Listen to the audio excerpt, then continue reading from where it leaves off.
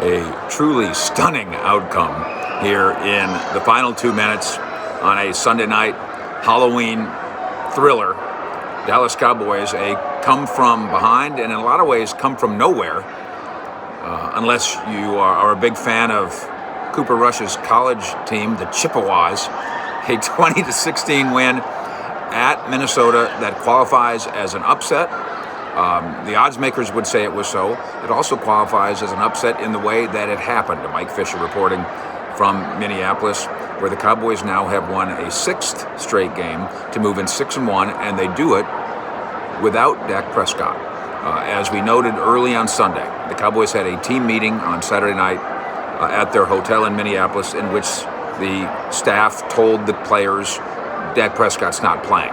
Now, you maybe still held out hope, and maybe Dak held out hope, but the plan as of Saturday night was it's going to be Cooper Rush, and of course he got most of the first team work in every form and fashion over the course of the week. Cooper Rush has talked about and did this week, I'm confident. I know this offense. I've been here a while. This can work. And Jerry Jones has said repeatedly over the course of the summer and the fall, Cooper Rush can do all the things we need him to do.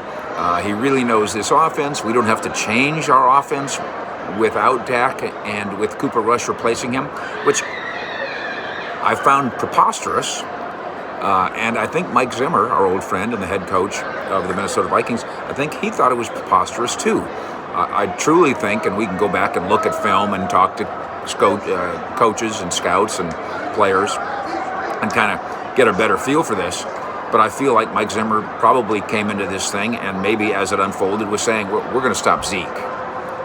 We don't think we got a big problem stopping Cooper Rush. And in the end, the Vikings were wrong. In the end, the Cowboys' faith in 27-year-old Cooper Rush, who has never done anything in the NFL except kind of hang around. He is the odd combination of a journeyman and a player with no accomplishments. He had, before today, of course, attempted 3 passes in his career, and those were all back in 2017. He had completed 1 pass in his career, attempted 3, completed 1. Tonight, he completes his very first touchdown pass of his NFL life, and it is a dazzler. Now, he had help. It's Ced Wilson, and it's a catch and run, and it ends up being 70-plus yards, and that basically opens up the second half and ties the game at 10-all. At which point, Cowboy fans who are skeptical, were skeptical, you're probably not anymore, about Cooper Rush, we're saying, okay, well, we got lucky once, because Cooper Rush did not look particularly good in the first half, and not much else that Dallas did looked very good either. There was moments, I thought, of game plan silliness. Hey, let's not only use the Mac package with Connor McGovern at fullback, let's put 2 offensive linemen in the backfield and have 2 320-pound fullbacks and let the other one be La'el Collins. And just when you were trying to make an argument, not me, you, hey, Fish, they must know something there. La'el Collins, whatever the logic is, I'm not sure I bought it. Then down goes, or to the sideline, goes Tyron Smith, presumably with an ankle. And he comes out of the game. And so who goes in at left tackle? Well, of course it'd be La'el Collins, right? If he's good enough to play fullback, he can, which he's never done before in his life, he can surely play tackle. But no, wait a minute, it's Ty and Secchi who comes in. And La'el Collins stays on the bench. The logic escapes me. There was also illogic in the way the Cowboys' defense played down the stretch before what ended up being the game-winning touchdown pass, Cooper to Cooper. The after the whistle, up against the sideline, up against flags, penalties, that handed 3 easy points to Minnesota, and at the time, maybe the game-winning points. Just bizarre. And we can have this argument about, well, they were bad calls. They weren't all bad calls. And there was one where the Cowboys caught a break because Leighton Vander Esch hit somebody out of bounds too, and that one didn't get called. You have to do a better job of gauging where you are with the refs. And if the refs are saying, quit quit hitting people to the edge of the whistle when they're out of bounds or when they're a vulnerable quarterback, then you got to find a way to not do it, especially in this particular circumstance. Cowboys defense did not find a way to do that. In other ways, obviously, though, they played very well. They kept a lid on all these weapons.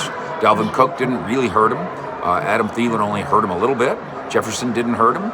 And Kirk Cousins put up poor numbers. So good on the Cowboy defense in that regard.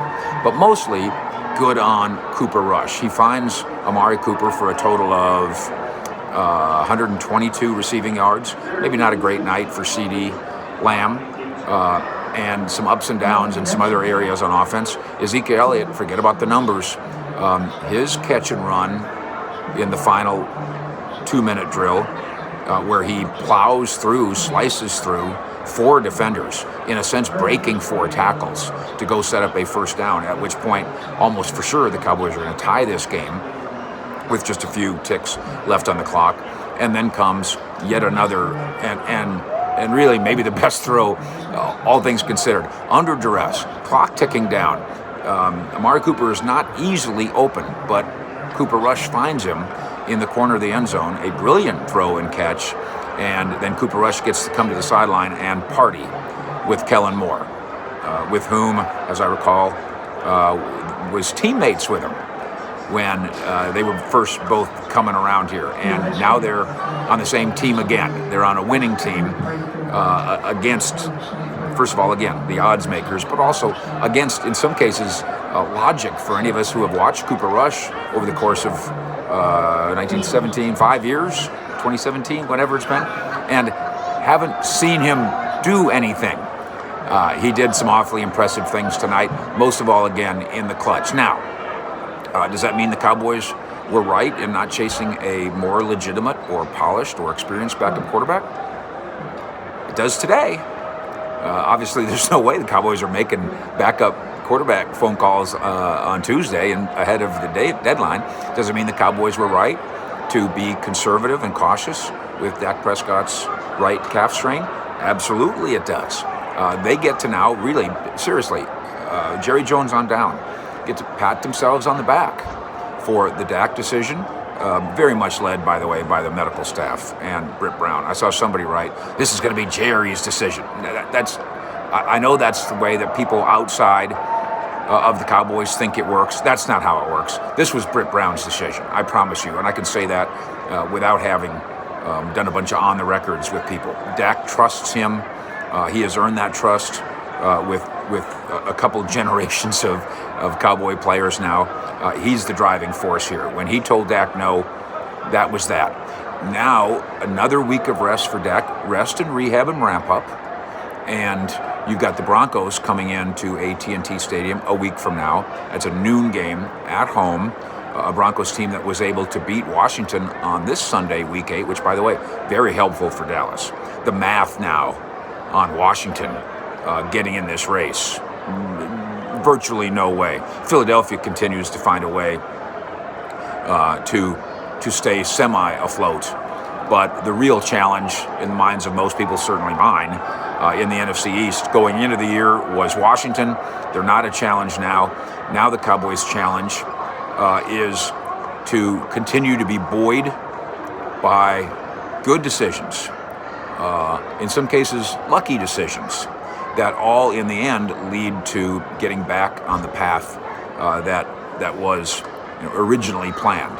The path that was originally planned was not Cooper Rush. If you remember, for the longest time around here, Garrett Gilbert.